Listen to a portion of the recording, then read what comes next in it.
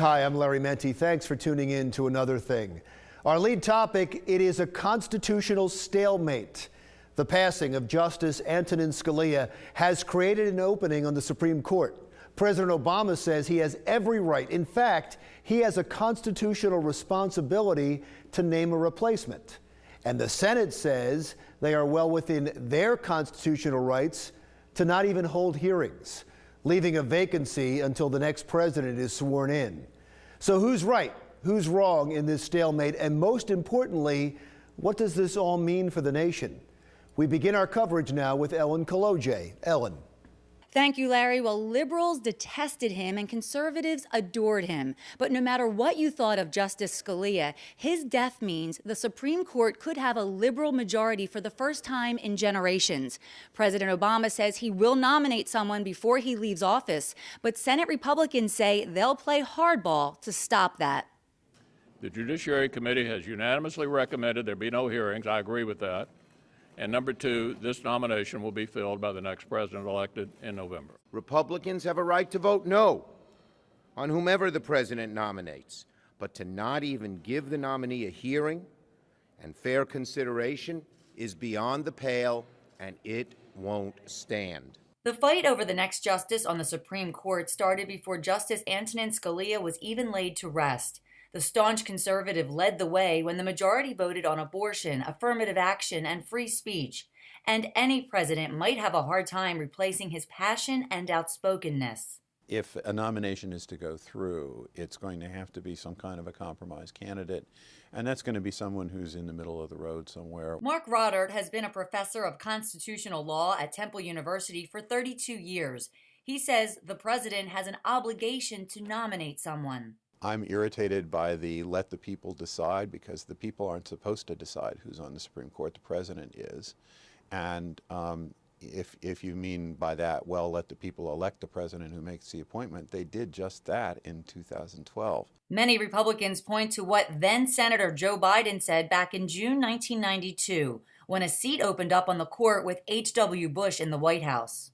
President Bush should consider following the practice of a majority of his predecessors and not name a nominee until after the November election is completed. But Professor Rodert says it's every president's constitutional right to nominate someone, and Congress can always say no. So it's part of his responsibility to make an appropriate nomination. And I think it's part of the Senate's responsibility to act on that nomination. Now, things could get even uglier during this crazy election season. That's because some Democrats say they'll hold up any spending bills unless the Republicans agree to at least hold confirmation hearings. Reporting for Another Thing, I'm Ellen Kolodje. Thank you, Ellen. To talk more now about the vacancy on the Supreme Court and the process, or the lack of process, in finding a new judge or new justice is Greg Bordelon, lecturer of legal studies at Monmouth University. Thanks to you so much for joining us again. So President Obama says he's going to nominate somebody. He's going through the vetting process. And the court says, and I should point out that we're taping this, so by the time it airs, they might have a nominee. Or might not. Or may not have a nominee. Senator Grassley, who runs the Judiciary Committee for the Senate, has already said, doesn't matter what he does, we're not holding hearings. Who's right? Is there a right and wrong in that? I think it's point of view. Obviously, as someone who teaches in constitutional law, the first premise will be that Article 2 of the U.S. Constitution imbues the president with the authority to confirm and the Senate to give advice and consent on who that nominee should be, and whether or not that nominee should be the next judge or justice of the U.S. Supreme Court. I mean, let's put this in real political context. The reason that this is so relevant, and it's because it's covered so much, is because we're talking about a vacancy on the highest court in the United States, and a co-equal institution of the federal government, which has the policy to affect significant social and economic policy. For an example, the abortion case will now likely be, maybe many people say, a tie, because Scalia's vacancy will not be there when the justices decide on the opinion. The effect of that is essentially to allow the Texas law to stand. So to direct my answer back to your question, I think that the framers' intent of having a process in theory is not really conducive to the current political party climate that we have. So is it possible that they're both right constitutionally? Is it possible that, yes, the president should go ahead and nominate someone, but constitutionally the Senate is fine to not hold hearings on that? So here's the irony of that point, is that if both sides is arguing the Constitution as both a shield and a sword, the only way that you're going to get a definitive answer on what the Constitution means is, again, ironically, through the courts. And you would do that through what, in theory? A tied Supreme Court? It's interesting to see the political branches of government, the president and the Congress, the Senate in this case, use the Constitution as sort of their sword, when in actuality it depends on how you interpret it. If you're a strict constructionist, like the late Justice Scalia was, he would probably say from beyond the grave that the president does have a right to appoint this person. And it's... No, I get that. But does the Senate have to hold hearings? I don't think anybody questions that he has the right to appoint somebody. Right, I don't think anybody questions that. So the question then becomes whether or not the advice and consent provision on behalf of the Senate also imbues the Senate with the authority not to do anything, right? Is that right? I mean, you tell me. That's a good question. Well, I'm not a justice on the Supreme Court yet, but I think I would argue that the advice and consent provision of the Constitution does require proactive statements or action by the Senate. Which would mean you're saying constitutionally they have to hold hearings. They don't have to confirm. Exactly, exactly. And in fact, they don't even have to vote it out of the Judiciary Committee. But to say that you're not actually taking your constitutional obligation, your duty to advise and consent on the president's nomination is really stretching constitutional interpretation to a land that really I have not seen before. And this is sort of the entrenchment of the political parties, how both sides are jockeying for the position. And of course, we are in a presidential election year, so both sides gain from that jockeying. Now, President Reagan was famous, and everybody talks about him. It's come up a lot, what President Reagan did near the end of his second term. And people are saying, look what he did in his last term. You hear it a lot now because people are pointing at that for two reasons. They're saying, first of all, that Kennedy was put in his last year, which, you know, was really a year and a half, and it was the second nominee.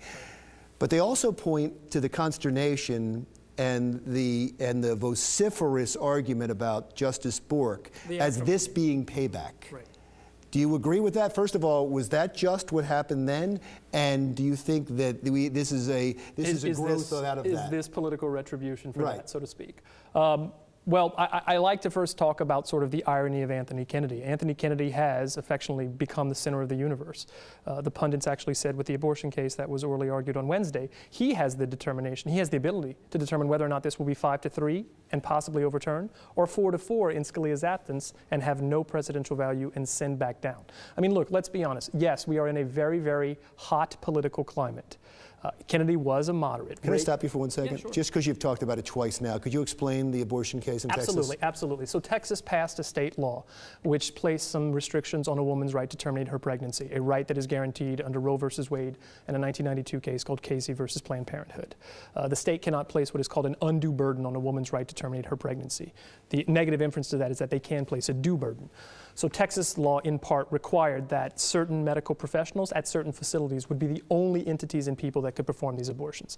The reality of this from the pro-life political movement was that it would make it more difficult for a woman to obtain an abortion. So the argument by the pro-choice movement... Is that the argument or that is the reality? That's the argument. Whether or not it's the reality is some legal pundits saying it may have to be sent back down for trial to get a clearer clarification on the facts to say, is that in fact the reality? If it's the reality, then it becomes the legal question again where Anthony Kennedy, coming back to the question, becomes relevant because he could he could strike down this abortion law. Now let's get back to Kennedy and the Bork stuff. And again, it's ironic that Kennedy has now become the center of the universe, but in the absence of a tie-breaking vote on the court, is this political retribution for the 80s? I would venture to say no, or in an aggrandizing sense, maybe it is yes, or maybe there's something else looming there. Could you also say that this is the reason that Chuck Schumer did it a few years ago when the Democrats said the exact same thing when John Roberts and Justice Joe Biden, too. Exactly. Is on record saying the same thing. So maybe it's not direct retribution, but did the Bork nomination and the turning down of the vote, it was 52 to 48 against him. Like Thomas. Yeah, it was 52-48. Did that set up a culture that we're feeling now? I would defer to my colleagues who research in American political culture to be able to say that. As someone who teaches in public law, I would hope and this is going to sound maybe naively aspirational, that can't be the reason that we affect another institution of government, a co-equal institution of government as high as the Supreme Court. I am being very Pollyannish, aren't I? God bless you. And so here's the political reality of it. What will happen from this from a public law professor's standpoint? The only way that this is going to be realized in a constitutional sense, the very shield, ironically, or sword that both of the political branches are holding, is to have a suit on it. How is this going to be heard in time by the time the next president gets to have the ability that the Senate is saying the next president should have? Thank you so much. Thank you. Always fascinating. Greg Bordelon, lecturer of legal studies at Monmouth University. When we come back, did you think we were out of the housing crisis? Not so fast. Foreclosures are still happening at a record rate. We'll tell you how to deal with that when Another Thing continues.